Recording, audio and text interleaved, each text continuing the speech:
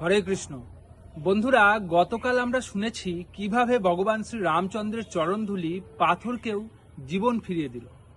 তাহলে ভগবান শ্রী রামচন্দ্র শুধুই কি করুণার সাগর ছিলেন, নাকি তার ছিল মহাশক্তি?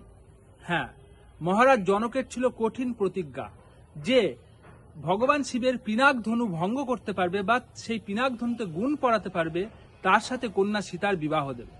কিন্তু শশাগড়া পৃথিবীর বড় বড় সম্রাটেরা এসেও সেই পিনাক ধনুতে গুণ পড়া তো দূরের কথা, এমনকি তাকে স্পর্শও করতে পারলেন না বা তাকে তুলতেও পারলেন না। তখন মহারাজ জনক চিন্তায় পড়ে গেলেন।